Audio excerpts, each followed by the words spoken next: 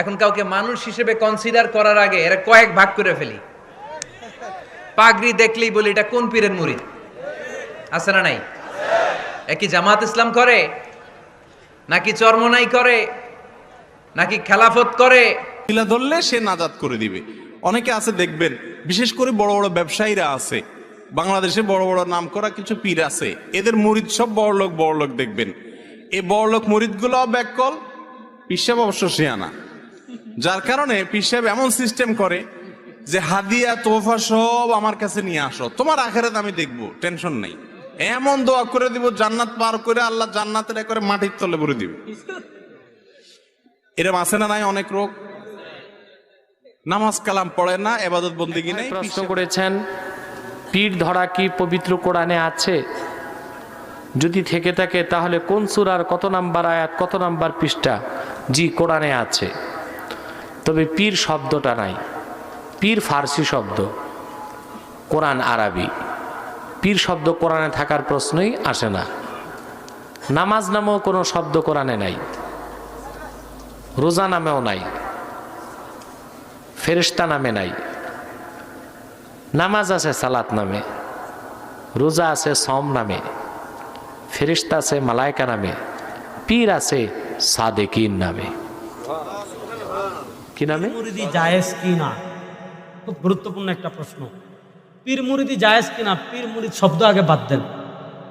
আল্লাহ রাব্বুল আলামিন নবীকে যতগুলো উদ্দেশ্য দিয়ে পৃথিবীতে পাঠিয়েছেন, তার ভিতর একটা হলো তাজকিয়া, আত্মশুদ্ধি। লাকাদ মান্নাল্লাহু আলাল মুমিনিন, আল্লাহ বলেন আমি মুমিনদের উপর দয়া করেছি। কি? আমি তাদের মধ্যে একজন রাসূল পাঠিয়েছি, তার কাজ কি? ইয়াতলু আলাইহিম আয়াতি, কোরআন তিলাওয়াত করে শোনাবেন।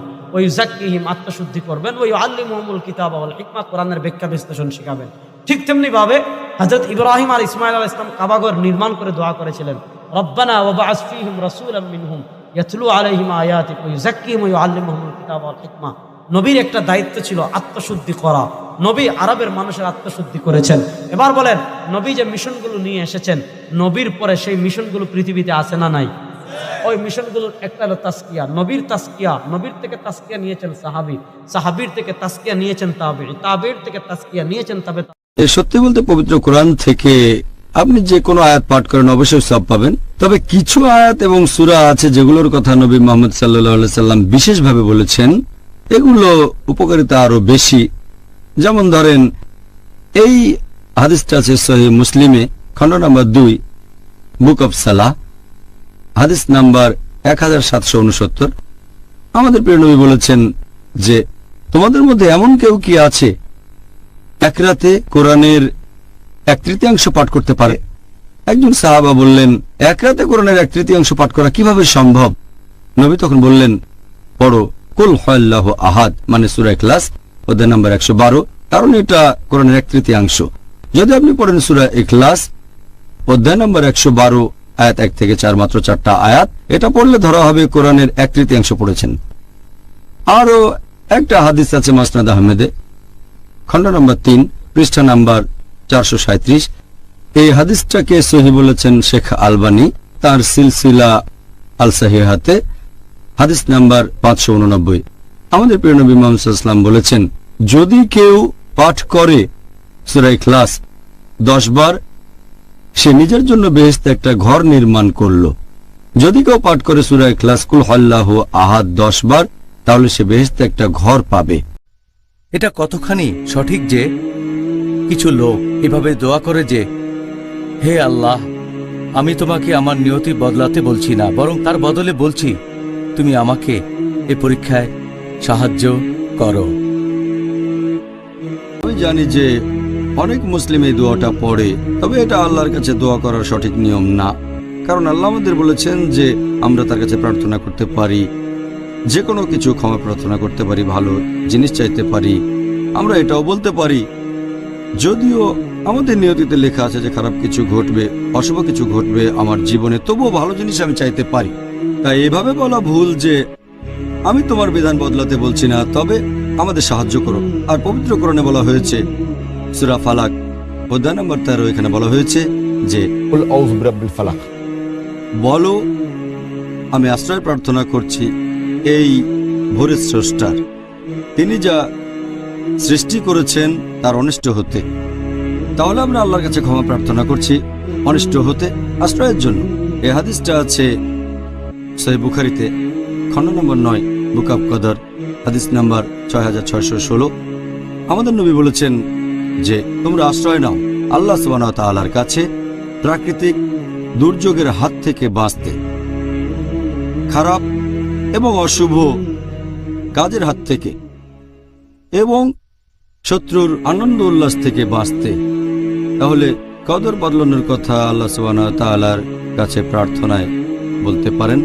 আমি এখানে একটা উদাহরণ দিচ্ছি যে ধরেন একজন ছাত্র কোনো একটা পরীক্ষা দিল আর পরীক্ষাটা ভালো হলো না, সে জানে সে ফেল করতে পারে। সে বাসায় এসে আল্লাহ সুবহানাহু ওয়া তাআলার কাছে দোয়া করলো, হে আল্লাহ সুবহানাহু ওয়া তাআলা আমাকে পাশ করিয়ে দাও। আর আল্লাহ সুবহানাহু ওয়া তাআলা তার দোয়া কবুল করলেন।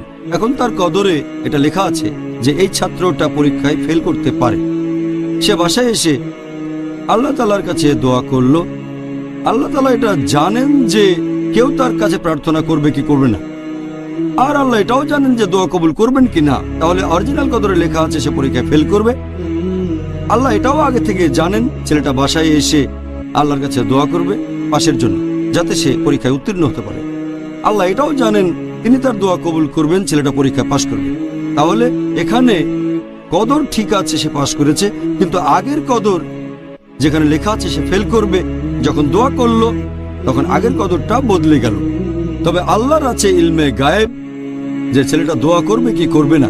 সেজন্য আমরা সবসময় দোয়া করব আল্লাহ সুবহানাহু ওয়া তাআলার কাছে, তার কাছে ক্ষমা প্রার্থনা করব এবং সাহায্য চাইব। তাহলে এটাও কদরে লেখা আছে ছেলেটা দোয়া করবে, আল্লাহ তার দোয়া কবুল করবেন আর সে পাশ করবে।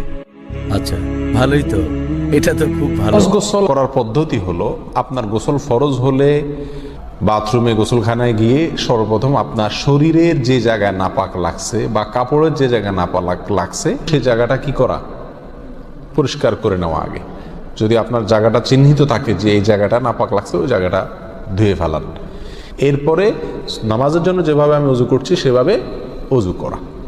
এরপরে অজু করা, হাতের কবজি ধোয়া, এরপরে কুলি করা, নাকে পানি দেওয়া, মুখ ধোয়া, হাতের কনুই পর্যন্ত ধোয়া, মাথা মাসা করা, এরকম অজু করা। অজু করার পরে এবার আপনি গোসল করেন। সেটা শাওয়ার দিয়ে আপনি মাথার উপরে পানি ঢেলে হোক আর আপনার মগ দিয়া হোক, যেভাবে হোক আপনি গোসল করেন।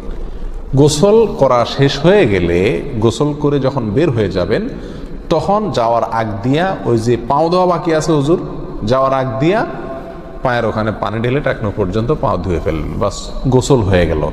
এই ভিতরে আপনার শরীরের প্রতিটি অঙ্গের প্রতিটি জায়গায় পানি পৌঁছানোর চেষ্টা করতে হবে। প্রকাশ্য অঙ্গ যেগুলো, নাভির প্যাচ থেকে নিয়ে, বগলের নিচ থেকে নিয়ে, আঙ্গুলের চিপা থেকে নিয়ে, প্রত্যেকটা জায়গায় যেন পানি যায়, সেই জন্য সেখানে পানি পৌঁছানোর চেষ্টা করতে হবে। ডলার দরকার হলে ডলবে, যেভাবে ওখানে পানি পৌঁছাইতে হবে। কানের প্যাচের ভিতরে, একেবারে গভীরে না, প্যাচগুলোর ভিতরে যেন পানি যায় সেদিকগুলো খেয়াল রাখতে হবে। কোনো একটি জায়গা যদি শুকনা থাকে তাহলে কি হবে না, ফরজ গোসল হবে না। অতএব পরিপূর্ণ শরীর যাতে ধোয়া হয় সেদিকটা খেয়াল রাখতে হবে। নেল পালিশ ইত্যাদি বা কোনো রং টং ইত্যাদির কারণে যদি কোনো আবরণ থাকে শরীরের উপরে তাহলে সেগুলো সরা নিতে হবে, তা না হলে কি হবে না, ফরজ গোসল আদায় হবে না। কথা, প্রথমে শরীর এবং কাপড় থেকে নাপাকগুলো ধুয়ে নেব, এরপরে অজু করব পূর্ণাঙ্গভাবে, পাও ধোয়া বাদে, এরপরে গোসল করব। আর বের হওয়ার সময় দোনো পাও টাকনো পর্যন্ত ধুয়ে তারপর বের হয়ে যাব। এই গোসলের সাথে আমার অজু হয়ে গেল। এই গোসলের পরে আর কি করার দরকার নাই, অজু করার দরকার নাই। অনেকেই গোসলের পরে অজু করেন, এটা কোনো প্রয়োজন নাই।